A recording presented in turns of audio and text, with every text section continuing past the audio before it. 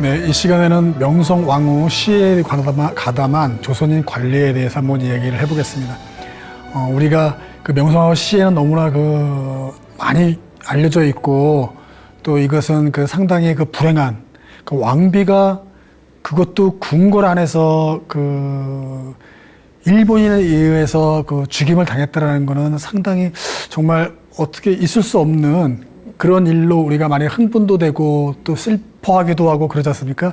그런데 그 당시가 아무리 일본군들이 한성에 들어와 있는 그때 당시였더라도 분명히 궁궐을 지키는 군인들도 있었고 그랬기 때문에 사실 성공하기가 아주 어려운 그러한 사건이었습니다. 근데 그거는 우리 내부의 조선인 관리들 중에서 적극 가담한 사람, 그리고 그걸 알면서도 방조했던 사람들이 있었기 때문에 그것이 그러한 사태가 이루어졌지, 아마 그 안에 있던 군인들과 그리고 신하들이 그걸 결코 막고자 했다 하면은 아마 일본인들은 아마 실패했을 거라고 이야기할 수가 있습니다. 그래서 그 안에 우리 조선인들이 누가 있었던지 한번 우리가 공부하는 시간을 가져보겠습니다. 명성황후는 우리가 너무나 잘 알고 있듯이 1895년 양력으로 10월 8일인가요? 새벽 5시쯤에 훈련대와 그리고 흥선대원군을 앞세워서 이제 궁궐에 진입한 사건이죠. 그리고 그 안에는 훈련대라는 군인들이 있었는데, 이 훈련대는 뭐냐면은 수도 한성과 궁궐을 지키는 군인들이에요. 그러니까 궁궐을 지키는 부대, 그리고 이 수도 한성을 지키는 그러한 그런 훈련된 부대였었고, 왕과 왕후를 지키는 군인들은 시위대라고 그래가지고 고종의 친위군이라고 생각하시면 돼요. 그러니까 이렇게 궁궐을 그러니까 훈련대가 즉 조선인의 부대였던 거였죠. 그런데 이 훈련대라는 부대가 일본군에게 이제 포섭돼서 이제 회유당하고 포섭돼 가지고 친일파로 이제 안에 이제 포함되어 있었던 거죠. 그 이유는 훈련대의 대대장들이 모두가 친일 세력이었습니다. 그 당시에. 그렇기 때문에 명성황후가 시해되는데 좀 많은 뭐라 그럴까요? 정말 이 친일 세력 중에서도 실질적인 가장 그날 사건에 있어가지고 오히려 시위대와 싸움을 했던 그런 부대가 바로 훈련대였었기도 합니다. 그렇게 이제 명성황후는 불행하게 건총후 곤욕합해서 45세인가요? 그 나이에 이제 승하게 됐던 거였죠. 그 당시 이 가담했던 일본인들은 누구였냐면은 어떤 지식인 집단, 그러니까 군인들도 있었고, 그 당시에 순사들도 있었고, 그리고 정치가 이면서도 작가, 이렇게 이렇게 좀 여러 직업군을 갖고 있었습니다. 그리고 우리가 이게 잘 알려진 일본 낭인들이라고 하는 그런 직업 없이 떠돌아다녔던 그런 낭인들이라고 불렀던 자들도 같이 함께 있어가지고 모두 한 48명 정도 되는 인원이었어요. 그 인원이 궁궐에 들어와서 그러한 일을 이제 벌였던 거였죠. 그런 일본군들이 이제 군인의 신분이었던 사람들도 있었지만은 어쨌든 간에 이렇게 이제 겉으로는 군인이니 그 당시에 경찰인이 이러한 신분이 아니었고 다 일반적으로 낭인이라고 이렇게 이제 몰아가지고 이제 그러한 일을 저질렀던 집단이다라고 이제 일본에서 이야기를 했고, 또 우리 교과서에서도 계속해서 이렇게 낭인들이 저질렀던 일이라고 우리들도 그렇게 이제 기록에 남겨놨던 거였죠. 하지만 아주 다양한 그런 그 당시의 지식인 집단과 군인들과 그리고 이 낭인들이 함께 일반인들도 포함돼 가지고 그러한 명성황후를 이제 시해를 했던 거였습니다. 그들이 그렇게 시해를 하고 나서 글을 하고 나서 또 어떻게 됐는지 그 결과에 대해서는 우리가 많이들 모르는 것 같아요. 그냥 이 분노만 하고 흥분만 하고 어떻게 이런 일이 있을 수 있느냐로 그냥 끝나고 그냥 넘어가는 경우가 많은데 이 가담자들은 어떻게 됐냐면은 바로 그 다음 날 한성 그 신보라고 신문에 아주 커다랗게 납니다. 이 사건이. 근데 그 사건이 신문에도 크게 나는데 그 요지는 뭐냐면은 흥성대원군을 따랐던 훈련대와 그리고 명성황후를 그리고 그 고종을 따랐던 시위대가 서로 충돌해서 이렇게 그 사건이 크게 벌어졌다. 그리고 또 거기에는 어떤 일이 또 얘기할 수 있냐면은 명성황후가 훈련대를 해체하려고 해서 거기에 화가 난 그 훈련대 군인들이 들어가서 일을 벌였다. 거기에 일부 일본인들이 참가한 거로 우리가 알려져 있는데 그거는 철저히 조사를 하겠다. 뭐 이런 것들이 이제 그 당시에 일본 정부의 공식 발표였어요. 그리고 그 공식 발표를 또 다루고 있는 한상신보라는 친일 매체 신문에서도 그렇게 다뤄서 그 다음날 바로 다 알려지게 조선 팔도가 알려지게 된 겁니다. 근데 그 요지는 훈련대와 흥선대원군이 명성황후와 같이 이제 그 충돌을 해서 결국은 그렇게 끔찍한 일이 벌어졌고 일본인도 몇 명 참여했다. 우리는 철저히 조사한다. 뭐 이런 입장이었습니다. 이제 그랬었는데 거기에 그렇게 이제 사건을 조용하지는 않지만은 우리 내부에 충돌된 권력 다툼으로 그 명성황후와 흥선대원군의 왕실 가족의 권력 다툼으로 그거를로 이제 이야기를 하고 그렇게 이제 마무리를 지으려고 했었는데 문제가 있었어요. 건천궁의 곤룡합, 경복궁에 있는 건천궁의 곤룡합에서 누가 있었냐면 그 당시에 미군인 장교가 있었고 러시아인이 있었어요.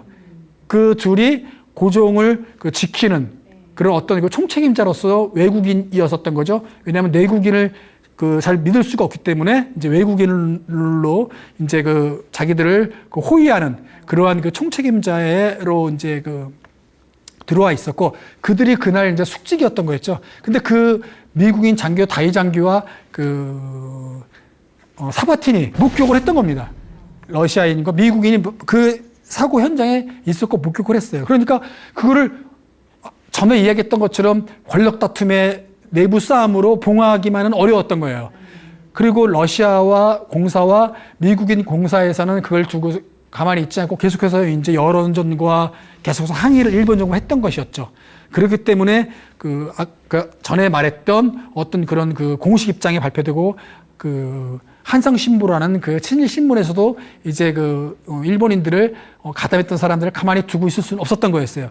그래서 결국은 그들을 일본으로 이제 불러들이고 히로시마 재판 법정에 세웠습니다. 그래서 48명을 세웠고 그 안에는 누가 있었냐면은 일본 공사 미우라 고로. 미우라 고로가 여우 사냥이라는 작전으로 명성황후를 시해했던 거였거든요.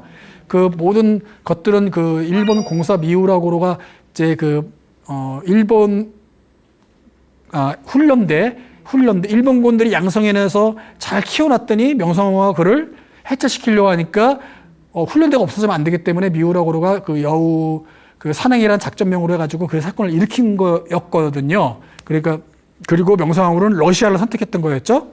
그러니까 일본의 입장에서는 자기들이 한반도 침략을 해서 식민지화 하려고 했는데 러시아가 명성황후와 함께 러시아 군인이 들어오고 이제 러시아의 또 식민지가 될 수도 있기 때문에 일본 정부의 입장에서는 그걸 가만히 두고 보고 없었기 때문에 명성황후를 시해하고 이제 훈련대가 또 없어지면 자기들이 어떤 앞으로의 계획에 식민지화 계획에 의해서 문제화가 되기 때문에 이제 이러한 사건들이 큰 문제가 생겼던 겁니다. 그래서 결국은 이 가담자들을 히로시마 법정에 세웠는데 히로시마 재판에서는 이들을 어떻게 처리했냐면은 증거 불충분으로 모두 석방을 하게 되는 거죠. 지금 요 사진 같은 경우는 명성황후 시해를 벌이고 나서 가담자들이 한성신보사 앞에서 찍은 기념 사진입니다. 이제 그것이 아직까지도 지금 그 사진으로 우리가 알 수가 있었던 것이죠. 그래서 그들은 이제 저걸 기념했던 겁니다. 그렇게 아주 당당하고 저질렀던 사건이었고, 저거는 일본 정부에서 당연히 그 후원했고 뒷배경이 있었기 때문에 저렇게 어떤 뭐라고 그래요, 범죄로서 저지르고 도망간 게 아니라 어떤 자기들은 어떤 그 공신이다라는 어떤 증명하는 사진이기도 하는 거죠. 자기들이 저렇게 당당하게 찍었습니다. 자, 이렇게 그 사진에 찍혔던 인물들과 그 더불어서 총합하면 한 48명이라고 그래요. 그 48명이 일본 법정에, 히로시마 법정에 섰던 겁니다. 그랬는데 한 2, 3개월 정도 걸렸대요. 그래서 2, 3개월 동안 법정에서 이제 그 신문 받고, 또 이제 말은 그렇게 하지만 사실은 모두 구속수사를 받았는데, 그 구속수사가 어떤 뭐 구치소에 있었는지 아니면 편안한 그런 가옥에 돼 있었는지는 모르는 거죠. 어쨌든 어떤 그들은 일본과 러시아와 미국의 어떤 막 이런 항의와 여론전이 있기 때문에, 또 이제 그게 밝혀졌기 때문에 어떤 법적 절차를 통해서 자기들은 아무 상관이 없다는 것을 법정에서 증명을 또 하고자 했던 노림수였죠.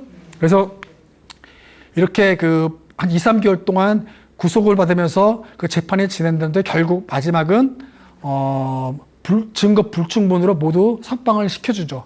그리고 군인들은 군법회의에 이제 그 군사 재판을 받게 됩니다. 군법에 이제 회부돼서. 하만 그들도 마찬가지로 모두 죄가 없다, 무죄다라고 해가지고 석방이 되는 겁니다. 그래서 그렇게 일본인들 가담자와 이 사건을 기획했던 자들은 모두가 풀려났어요. 그리고 승승장구를 합니다. 한성신보사 사장 아다치 겐존가요? 그 사람은 나중에는 정치인도 되고요. 뭐 최신부 장관, 이렇게 장관으로 막 되고, 외국 나가는 공사도 되고, 거기에 참가했던 모든 그 고위직 군인이나 이런 정치에 간접적으로 있었던 관계자들은 모두 다 신분이 이렇게 막 직위가 올라가고 자기를 받고 이러면서 승승장구를 했습니다. 그래서 아주 이력의 날개를 달아준 거나 마찬가지처럼 이렇게 됐습니다. 미우라고로 같은 경우는 석방되고 나서 도쿄로 갔을 때 1학년 직접 시정을 보내서 맞이하기도 하고, 아주 높은 자기를 내려주고 은사금을 내려주고 했었다고 합니다. 그래서 정치인으로 또 입문하게 돼요. 아다치 겐존 한성신보사 사장은. 모르게 일본인들은 모두가 다 이렇게 석방되고 잘 나가게 된 반면, 조선인은 어떻게 됐냐면은 처형을 당합니다. 대표적인 인물로 한 3명의 이제 친일 관료들이 조선인들 중에서도 뭔가 이렇게 이제 범인을 만들어야 되겠죠. 그래서 그날 명성황후를 시했을 때 그 현장에서 같이 함께 칼을 들고 했던 사람들의 어떤 조선인은 없었고, 훈련대와 어떤 뒤에서 그들을 갖다가 이제 그런 일을 벌일 수 있도록 뭐라고 그럴까요?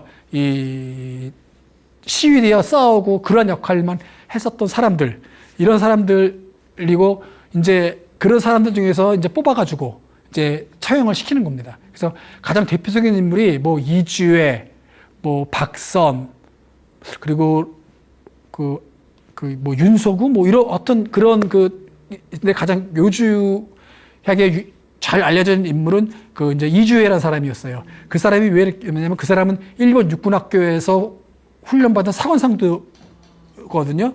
그 사관생도 중에서도 한 8명이 이 사건에 가담했었어요. 직접적이든 간접적이든. 이제 그 사람, 그러니까 이제 친일 관료들은 조선인 중에서는 3명을 어떤 가담자로 해가지고 처형시킵니다. 그러니까 참수를 시켜버려요. 그런데 법정에 세웠을 때, 이주에는 나는 내가 그 자리에 같이 가가지고 그 명성황후를 시해하는데 가담했던 사람이다라고 자백을 해요. 이주에는 나는 진범이다 스스로가. 그리고 나머지 2명은 나는 억울하다, 나는 몰랐다, 그렇게 이렇게 따라만 같이 그렇게 일이 되는 건지는 몰랐다면서 끝까지 자기들은 상관이 없는 사람이라고. 하지만 셋은 다 처형이 이제 되는 거죠. 이제 그렇게 이제 조선인은 모두 이제 처형이 돼버립니다. 이렇게 양쪽에서 조선인은 빨리 처형시켜서 이 사건을 마무리를 무마를 시켰고, 일본인 같은 경우는 모두 석방하고 승승장구 되는, 이렇게 이제 되었던 거였죠. 우리가 그때 당시가 이제 을미년이기 때문에 을미사변이라고 이제 부르는 거죠. 그래서 을미사변에 가담한 이런 그 조선인들은 아주 그 상당히 우리가 유명한 사람들이 많이 있습니다. 뭐 유길준 많이 들어보셨죠. 유길준 같은 경우는 상당히 명성황후를 싫어했습니다. 그래서 세상에서 가장 나쁜 년이라고 막 욕편지에도 막 써 있는 게 남아 있을 정도예요. 조선 최초의 그 유학자 관비로 보냈던 유학자이기도 했죠. 그럼 뭐 유길준 경우도 있었고요. 그 외에 여러 가지 많은 인물들이 있습니다. 그들이 여기에 직접적이든 간접적이든 또 그 알고 방조했던 인물들이 아주 여럿이 있었습니다. 그 중에 계합파 관료들이 거의 그 당시에 대다수였죠. 친일 그 계합파 중에 총리 대신이었던 김홍집, 뭐 이런 인물들이 당시도 다 그 알고 있었지만 쉬쉬하고 있었던 거였고, 고종을 빨리 그 양위시키고 허수아비로 순정을 올리려고 했었던 그런 그 계합파 내각에 있었던 인물들, 이 사람들이 상당히 많은 수가 그 가담해서 그 사태를 일으켰던 겁니다. 총리 대신 김홍집 같은 경우는 고종이 더 이상 경복궁에 있으면 위험하겠다 생각돼서 처음에는 미국 공사감에 피신을 하려다가 그게 실패해요. 이제 그래서 그 실패하고 이제 그 시해 사건이 일어나지 한 2달 있다가 이제 미국을 먼저 공사관에 가려다 실패하고, 그 다음에 또 이제 몇 개월 있다가 이제 러시아 공사관에 이제 성공한 거죠, 피신이. 그러니까 총리 대신 김홍집은 그걸 알고서 러시아 그 공사관으로 가게 된 거죠. 지금 그 덕수궁 뒤에 아직도 그 남아있죠. 그 하얀 거물로 해서 그 건물이. 그 공사관에 이제 피신하니까 김홍집이 그 찾아가게 돼서 다시 오시라고 하는 거죠. 그러나, 고종도 그 친일 내각에 구성되어 있는 그 총리 대신이 완전한 친일 세력에 가 있는 사람인 걸 고종도 알기 때문에 그 말을 안 듣고 따라가지 않고 있게 되는 거죠. 그러니까 김홍집과 그때 당시에 농산공부 협판 조병화, 저 조병화는 또 누구냐면, 협판이면 지금으로 말하면 한 차관급 정도 됩니다. 명성황후가 건천궁에 있을 때 피신을 하고 했었는데, 피신을 가지 못하게 안심시켰던 사람이 바로 조병화예요. 그러니까 그들이 쳐들어왔을 때 고종과 명성황후를 죽이려고는 그런 것이 아닌 어떤 그 겁박하고 뭐 이 정도로만 고종이나 명성황후도 생각을 했었던 것 같아요. 설마. 근데 조병화가 안심시켰고 피신을 가려고 했던 거를 막았던 사람이 조병화입니다. 그러니까 그랬던 그 김홍집과 조병화가 이제 공사관에 가서 고종을 면담하고 말을 하려고 했지만 면담을 실패하고 돌아오면서 경복궁으로 들어가려고 했던 거였죠. 그래서 광화문을 거쳐서 들어가야 되는데 수많은 백성들이 그들을 에워쌌던 거였죠. 이미 총례신이 김홍집이고 조병화가 그러한 그 역할을 했던 걸 이미 백성들은 이미 다 알게 됐었어요. 그래서 어떻게 이렇게 6일 만에 그 3명을 처형한 거였거든요. 명성황후 시해 사건 6일 만에 그 이주엔이 뭐 이렇게 그 나머지 인물들까지도 다 이렇게 6일 만에 처형을 시키고 빨리빨리 이렇게 처리하고 이 사건을 유마했던 김홍집 그리고 조병화, 이 사람을 두고 보고 수 없었던 거예요. 그러니까 흥분한 백성들이 이 2사람을 때려 죽였어요. 그냥 그 광화문에서 만났을 때 그냥, 그래서 김홍집과 조병화는 맞아 죽었습니다. 김홍진 나이가 그때 55세인가 그랬는데 그렇게 해서 결과가 이렇게 비참하게 그들은 백성들에 의해서 맞아 죽었습니다. 근데 저 또 맞아 죽었던 사건은 크게 알려지지 않았어요. 왜냐하면 더 큰 명성황후 이것이 어마어마했기 때문에 당연히 맞아 죽은 거로 백성들은 이제 생각을 하는 거죠. 그래서 이렇게 저 두 사람은 친일 세력파 두 명은 그렇게 백성들에 의해서 이제 비참한 그 만로를 맞게 됐습니다. 그 다음 또 이제 그 군부 대신 안경수와 훈련대 중대장 권영진이라는 사람이 있는데 그 당시에 군부 대신은 안경수라는 사람이었어요. 그 안경수라는 사람은 그 당시 군부 대신이었고 아까 제가 말했던 한성신보를 발행했을 때 어떤 그 지원했던 그런 또 사람이기도 합니다. 이 군부 대신과 이 훈련대 중대장 권영진은 또 그 당시 훈련대 중대장이었기 때문에 같은 모든 훈련대의 그 대대장들, 훈련대 모든 대대장들은 다 일본으로 피신했어요. 자기 그 부하들과 함께 일본군과 함께 들어가가지고 그렇게 그 사태를 만들고 나서 그 대대장들이 있었기 때문에 일본 그 수비대와 같이 움직였기 때문에 그것이 그런 일이 벌어졌던 것이었거든요. 조선의 편이 아니었. 그러니까 중대장 권영진 이 사람들은 그 명성황후 그 시해 사건 이후에 자기들의 그 어떤 목숨이 이제 위태 또 했었겠지요. 그래서 일본으로 망명을 합니다. 일본으로 망명을 하게 되고 일본에 망명해서 자기들 한 2년 정도 있다가 이제는 뭐 조용해졌겠지. 망명 갔다가 들어옵니다. 1900년도. 그 이유는 이제는 이미 이제 조선이라는 나라는 이름만 있지. 1910년에 합방이 되고 1905년, 1907년 막 이미 거의 다 이제 법적으로 조금씩 이제 뺏어 나가는 거지 않습니까? 그러나 1894년 5년 사변 이후에 이미 일본 군인들과 모든 친일 세력이 장악을 했었던 때였죠, 사실은. 자, 그랬을 때 안경수와 권영진은 이제 조선에 들어가도 자기들은 안전을 보장받을 것이다라고 판단을 했던 거였어요. 그리고 망명을 해서 들어왔습니다. 그러니까 들어왔는데 이미 이 안경수의 줄을 또 쓰려고 많은 또 사람들이 막 줄 서가지고 막 인사하고 막 그랬다고 이 매천 야라국이라는 책에 나옵니다.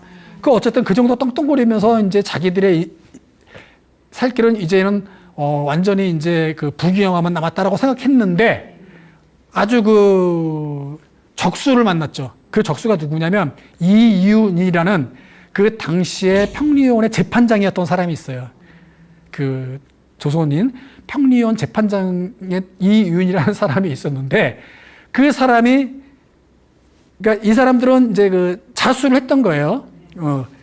들어와서 자수를 한 거예요. 망명 돌아와서 자수를 하고 딱 있으면 자기를 안전하게 일본인들이 보호해 줄 줄 알았던 거였어요. 그랬는데 이 이윤이라는 사람이 재판하면서 바로 그냥 사형을 시키고 참수를 시켜서 죽여버려요. 바로 그 재판장이. 그러면서 상소를 쓰는 거예요. 고종에게. 국모를 죽인 사람을 어떻게 재판을 하느냐. 바로 복수하는 게 정당한 것이고 맞다. 하늘의 뜻이다. 그러면서 고종에게는 재판 과정을 지키지 못하고 그런 것에 대해서는 어떤 그런 재판장으로서의 처신을 바로 하지 못했던 것들에 대해서는 이렇게 이제 용서를 비는 그런 상소를 올린 거예요. 근데 고종의 뜻밖의 또 처분을 내립니다.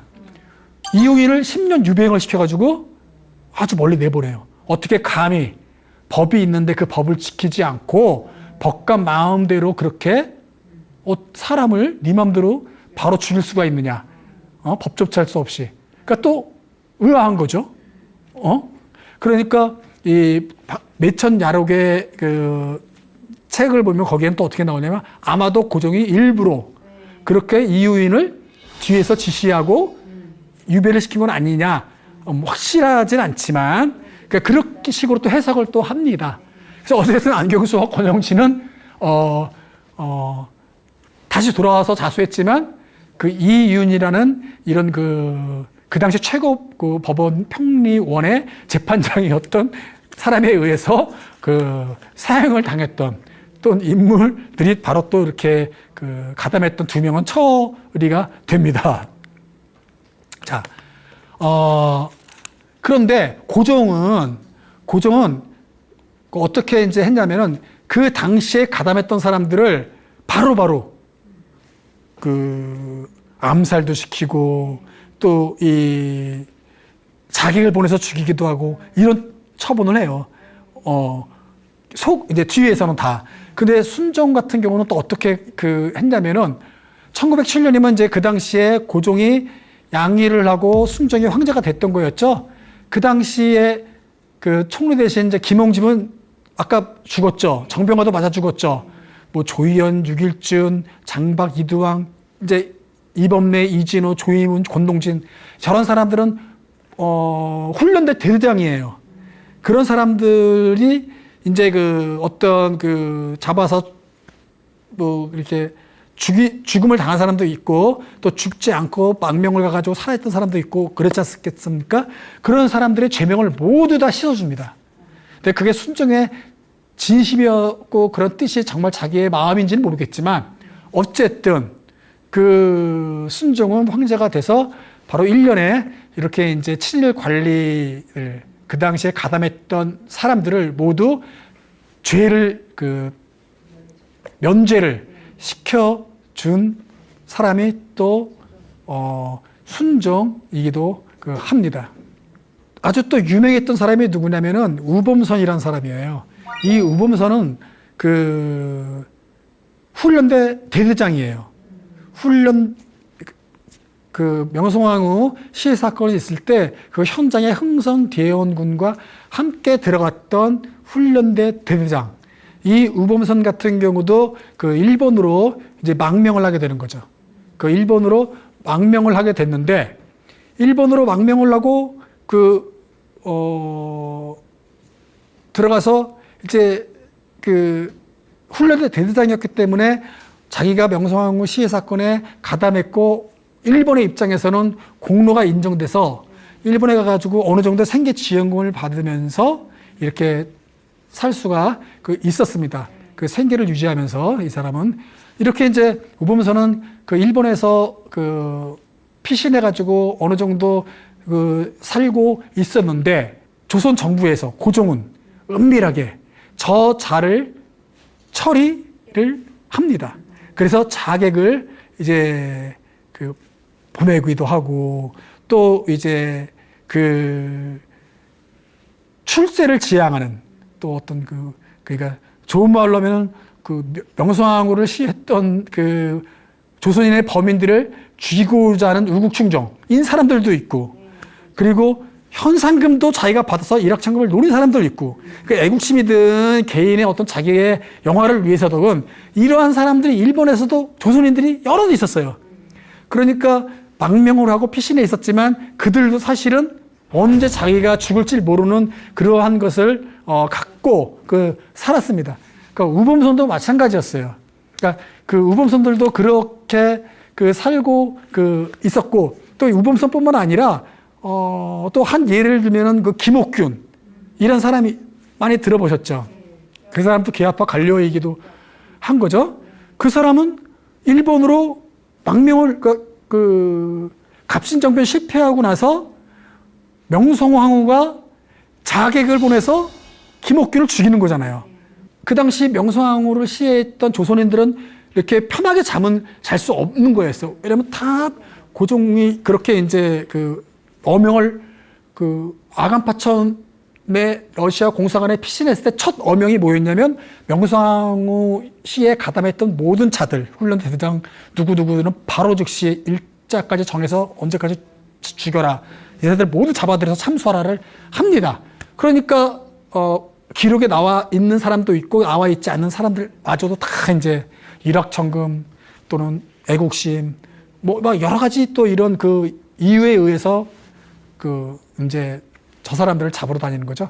우범선 같은 경우는 그 당시에 우리 조선에서 현상금 20만 원 올렸는데, 현상금은 20만 원이면 어느 정도냐면은 그 당시 말단 주사 8급 정도가 120원이었어요. 봉급이 120원. 그리고 총리 대신이 5천 원이야. 네, 연봉이 5천 원. 연봉이 5천 원. 그러니까 총리 대신에 한 40년치 월급이야. 저 20만 원이요. 그 정도 됩니다. 그러니까 그 현상금 20만 원이 그 정도 되는 그 돈이 걸려 있으니 얼마나 많은 사람들이 우범선을 잡으려고 했겠습니까? 근데 우범선이 그렇게 이제 일본에 가서 일본인 부인과 또 이렇게 이제 결혼을 하고 우범선이 이제 살았습니다.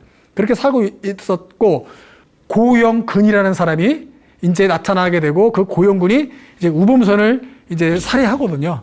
살해하게 되는데, 그래서 먼저 그 우범선이란 이 사람은 훈련대 대대장으로서 어쨌든 일본에 갔고 생계지원비를 받으면서 호화롭게 살지 못했고 불안하게 살았음에도 일본인과 자식을 낳고 살고 있었던 때였어요. 우리가 너무너무 잘 알려진 있는 인물, 우장춘.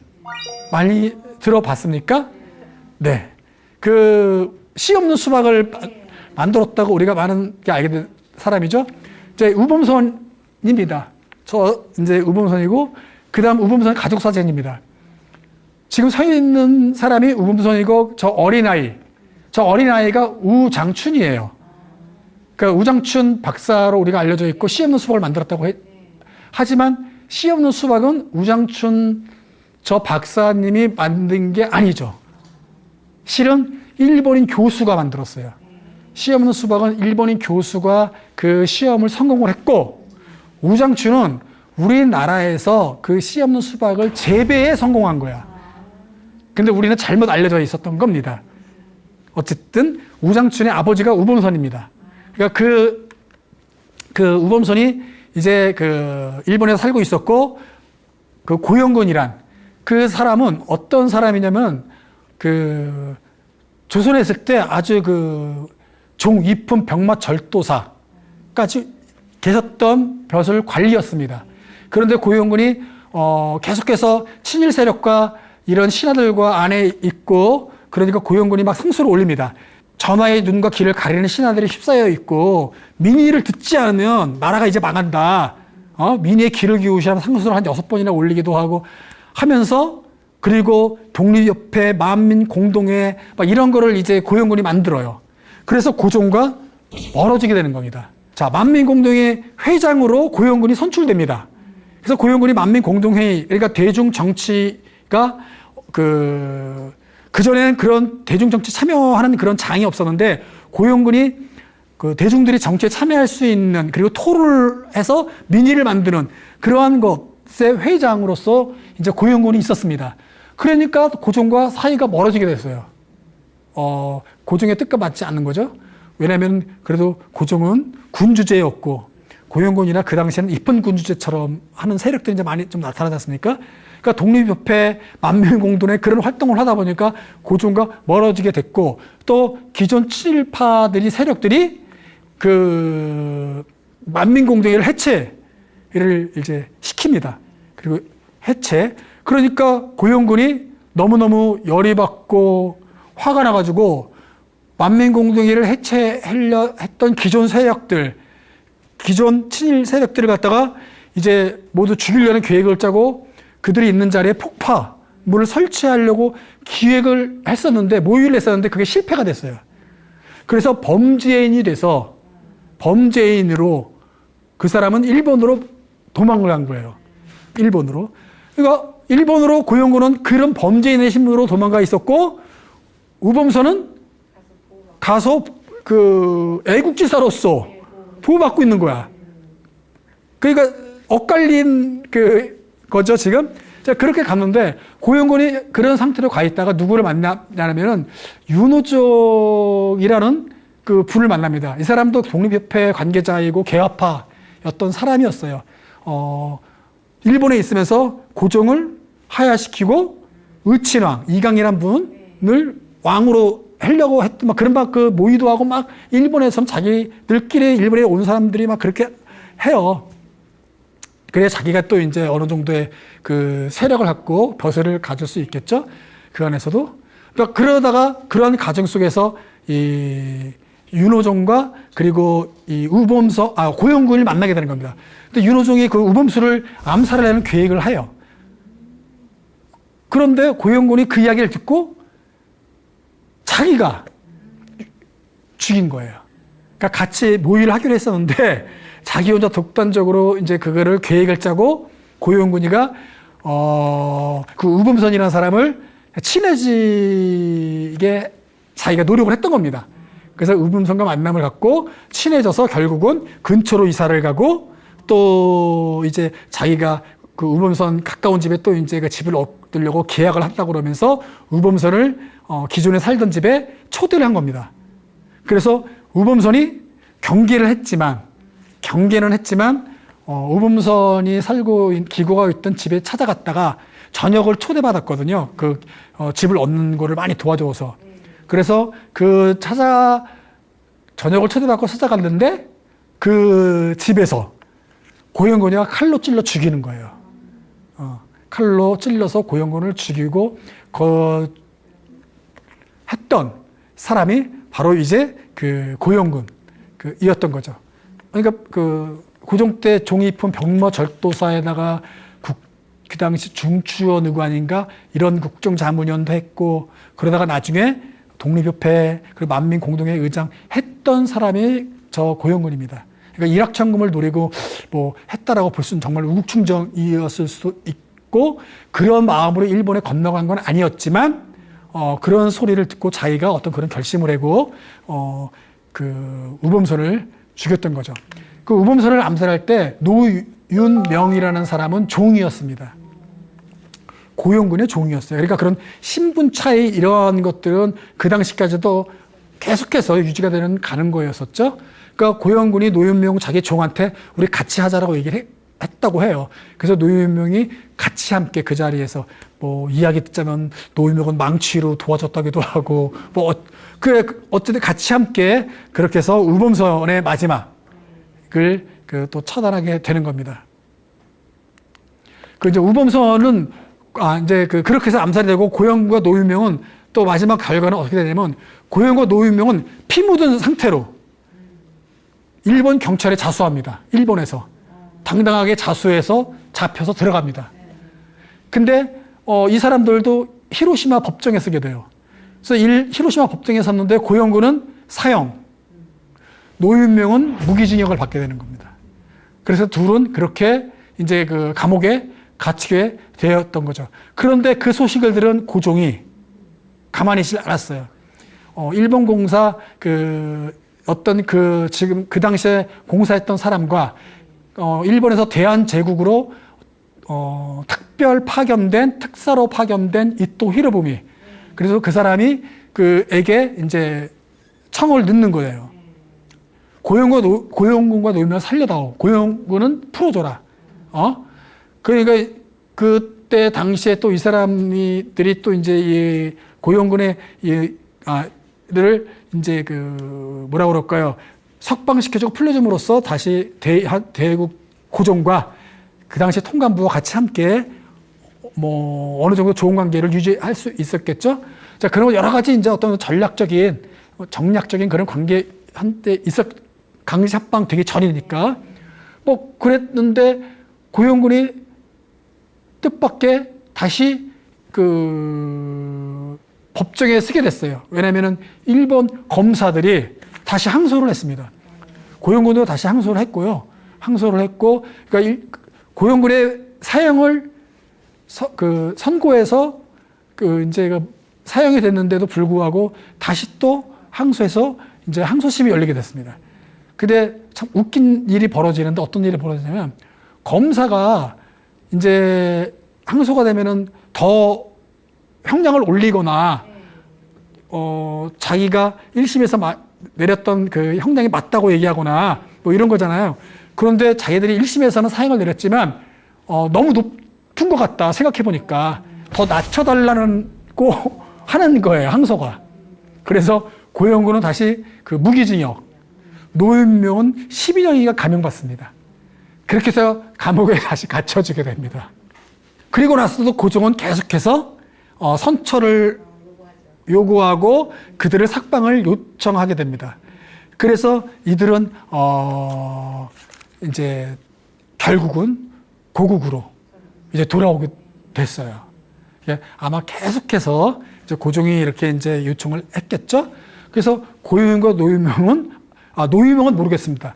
노유명은 결과는 어떻게 되는지 모르겠는데 고영군은 고국으로 이제 돌아오게 이제 됐던 거였습니다.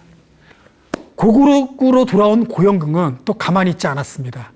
고국으로 돌아왔는데 또 돌아오고 나서 한 2년 정도 있다가 그 고종이 승하하게 됩니다. 고종이 승하하게 되니까 직접 자기가 능참봉이 되야겠다고 지원합니다. 그 종이품까지 했던 사람이 능참봉이면 그 당시에 벼슬을 한 9품 되거든요. 마지막 그러니까 능참봉으로 그 지원을 해서 임명됩니다. 그래서 홍롱이라고 그 지금 예전에는 청량리 쪽이었나요? 명성황후의 묘는 청량리 쪽이었고 지금은 그 양주시의 그 홍유릉이라고 그래가지고 순정과 고종이 같이 있습니다. 그 홍릉에 이제 그 능창범으로 이제 지원을 해서 이제 있게 되는 거예요. 그랬는데 고종이 승하하고 2년이 지나도록 비석을 못 세웠어요.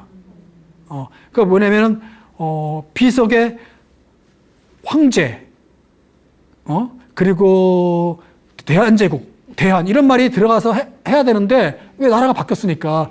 근데 일본은 그거를 못하게 했던 거예요. 일본은. 그러니까 비석을 못하고 있는데 고영군이 밤에 몰래 자기가 독단적으로 또 비석을 세웁니다. 황제, 대한이란 말이 들어가는 거예요. 고종태 황제, 대한자국. 그래서 그걸 비석을 세워놨어요. 밤에. 인부를 동원해서.